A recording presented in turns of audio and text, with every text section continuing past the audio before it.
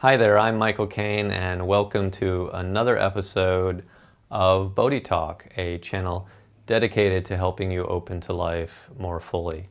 In today's short video, we're going to talk about, explore, and work with anxiety, but in a completely different way than maybe you're used to, and certainly different than I've talked about it on this channel. In fact, we're going to not just focus on anxiety itself, or how I manage anxiety, but really looking at what's underneath anxiety, what's creating anxiety, right? Because it's really important to understand that for the most part, anxiety is a reaction to something under the surface, something that's happening in our lives, some emotion, something like that. And if we are able to work with that, then we're able to dissolve anxiety and have a life that's much richer and less limited by anxiety.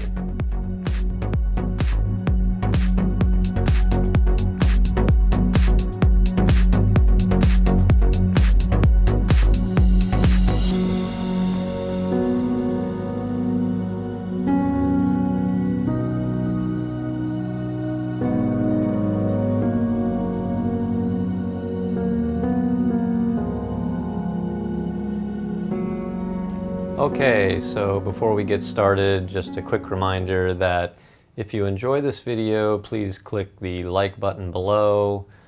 Please subscribe to the channel, especially if you'd like to get information on up-and-coming videos that I'll be putting out. Also, if you have any questions or comments, please put those in the comment section below. Let's see, if you'd like to know more about what I do here at Natural Bodhi Wellness, working with trauma, personal development, please go to my website, naturalbodhi.com. You'll find a link to the website below as well. So let's talk about this a bit different way of looking at and working with anxiety. We're definitely used to kind of focusing in on anxiety and how to manage anxiety. But a lot of times that may certainly help us to deal with anxiety, and that's certainly important.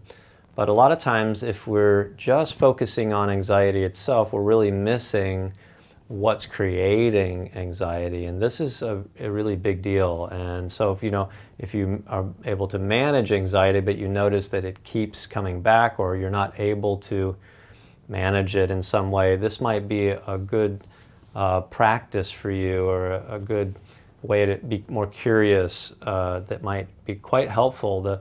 The way I kind of look at this, I like to create like an example or a metaphor for anxiety, is that looking at like a pot of boiling water, right? And so anxiety is really the steam that's coming off of the pot of boiling water. And so if we're just focusing on the steam, we're not really noticing that there's a heat underneath it. What's creating the heat that's creating the boiling, that's creating the steam, right? Creating that anxiety. It's really important to understand anxiety, for the most part, is a reaction to something, right? It's not just about anxiety. Anxiety is just a reaction. In a way, fear is kind of the same thing, but today we're just going to focus on anxiety, right? Fear is more of like a mortal threat to us in the moment, whereas anxiety is a threat to the sense of one's self, the sense of self, right? So that's what we're going to be focusing on, and really looking at some ways to work with anxiety, but looking underneath it, so that if we're able to do that, if we're able to work with and be curious about and help to kind of dissolve what's underneath, or work through what's underneath the anxiety, then of course the anxiety will, like the steam, will evaporate, and we won't be so limited by anxiety, because anxiety will cease to exist if we're able to work with what's underneath it. So let's talk a little bit about that. there are certainly different reasons why anxiety could be arising, or nervousness, dis-ease in the system. It could be certainly worry. Worry can do that. It can be kind of like a fear of past events, right? Like I don't want to even sometimes there can be a fear of, or an anxiety about feeling anxiety again because we've had anxiety. Maybe we had an anxiety attack in the past. So it could be worry. It could be, like I said, future or a fear of past events. That it's almost like a future fear in a way, that it's going to happen again, or some event or something is going to happen again. So that could be it. But a lot of times, anxiety can be caused by unprocessed emotions. So, the unprocessed emotion can be kind of like the heat that's underneath. And of course, the mind is notorious for not wanting to feel something, right? Its main management tool is, how do I get away from this? But of course, the more that I try to push down and get away from my human unprocessed emotions that I have split off from at some point, the more anxiety, right? A kind of fear, like, oh, I don't want to feel that. We can become like afraid that we're not going to be able to handle the emotion or the feeling, or we're afraid that it's going to last forever, and that can create that anxiety. And the more we, the other thing is that we are using a lot of life energy to keep these feelings, emotions, or experiences under the surface, so that we don't have to feel them. But it's a bit of a self-fulfilling prophecy in a way. Like the more that the longer that I try to push down and keep away from my emotions, the more kind of havoc it creates in my system. Chronic illnesses and anxiety, obviously, symptoms and syndromes are going to get created, and it's going to really limit my life as well. The more I feel anxious, then I feel like I can't do certain things or be with certain people.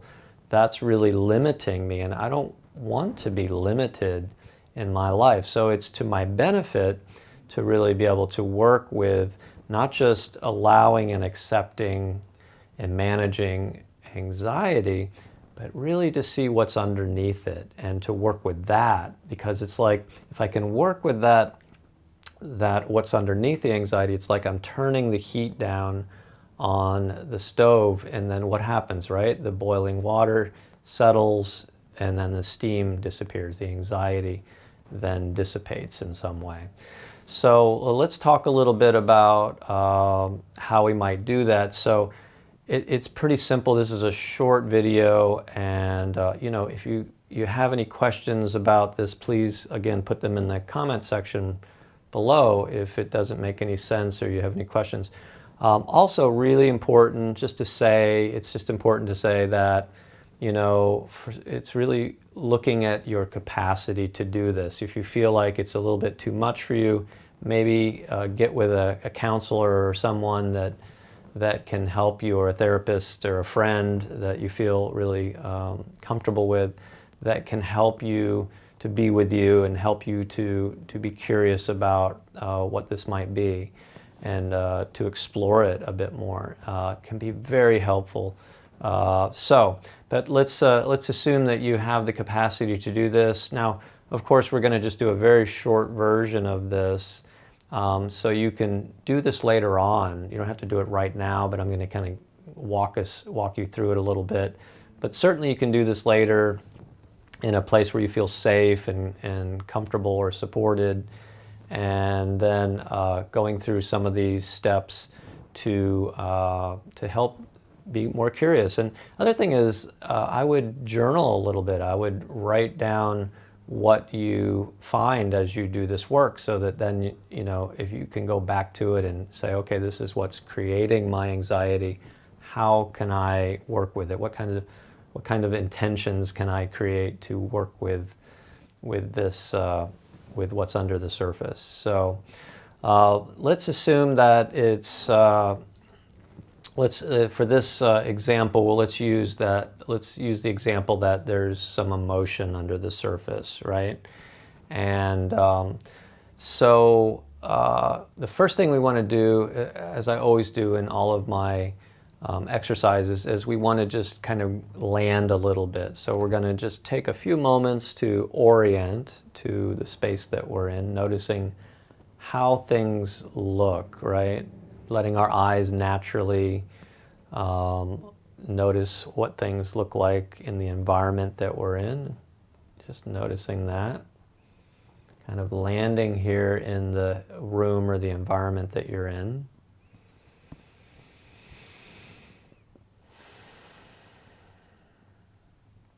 And then also feeling your body being supported. That's really important. This is opportunity to feel that your body is really connected to the chair or the ground, whatever it is that you're sitting on, or yeah. So noticing that connection and that sense of being grounded.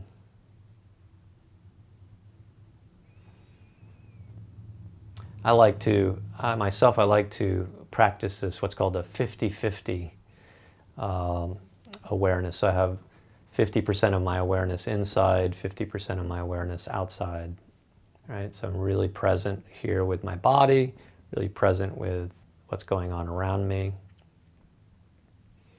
And then when you feel like you have some sense of stability, some sense of being here or landing, then beginning to notice if you are by chance noticing some anxiety in the moment and you feel comfortable being with it, begin to just open up to that, being curious about this sensation or feeling of anxiety. And doing that, really important to notice as much of your body as possible, especially your legs and your arms, right?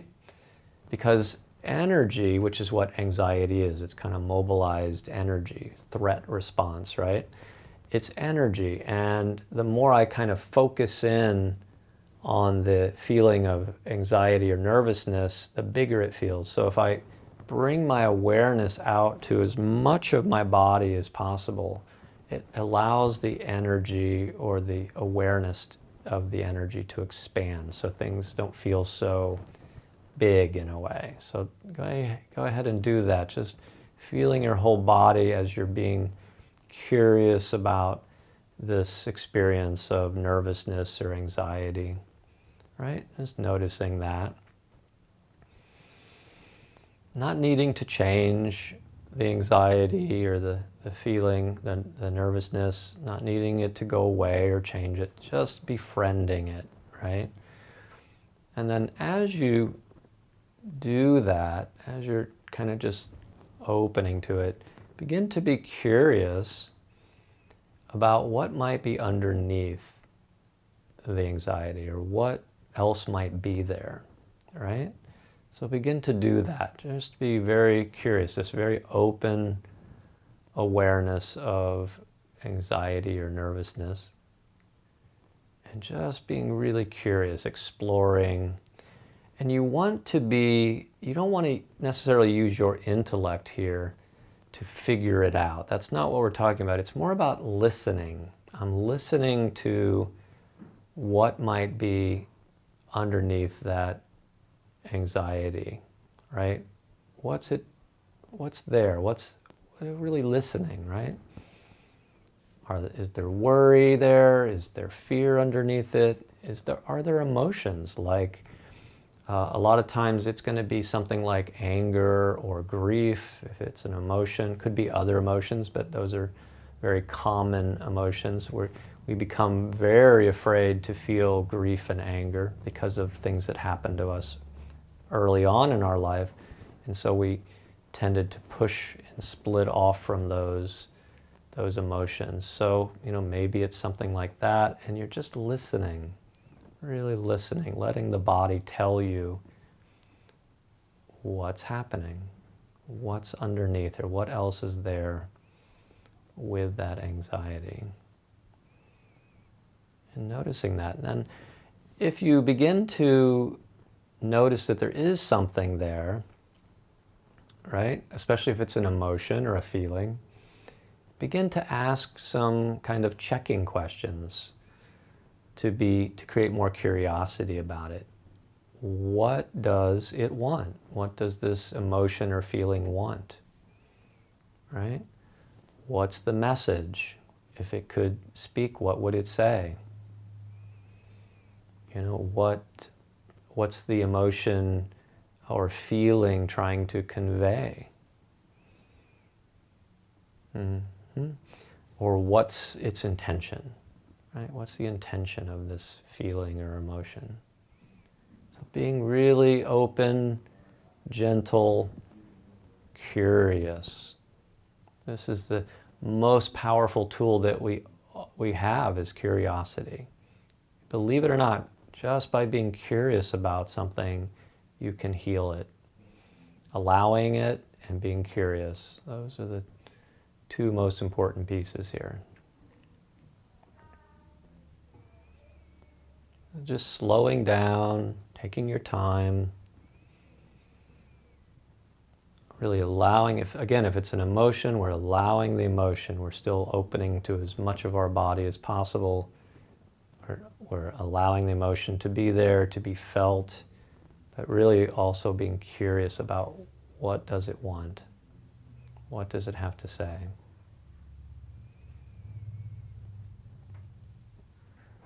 Right? What's that heat that's underneath the boiling water?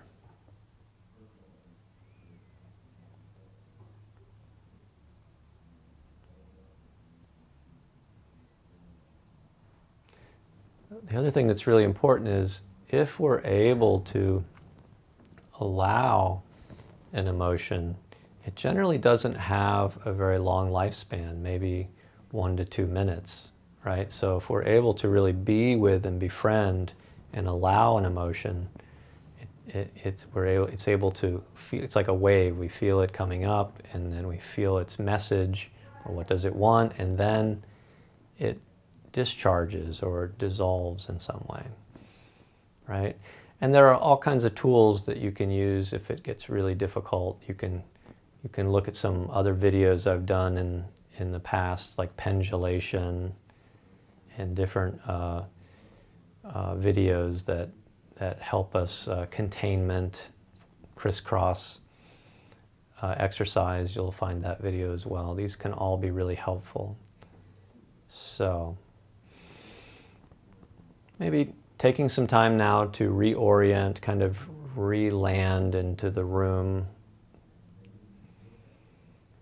Once again, noticing how things look, feeling that connection, that groundedness. And if you've discovered something while you were doing this exercise, maybe journal a little bit, write it down. You may need to go back again and reconnect with this more than once, right? So maybe the next time, there's less steam, the stove is turned down a little bit, the heat is turned down, but there's still a little bit there, so you need to go in again and once again just be with it. But be gentle, be compassionate. Don't just dive into it or force yourself, but really just being curious and really finding out what might be underneath the surface. So I hope this was helpful. Again, if you have any questions, comments, put those in the comment section below. Please subscribe to the channel, and yeah, if you like the video, please click the like button below, and I will look forward to seeing you in the future with other videos. And please be safe and well, and thank you.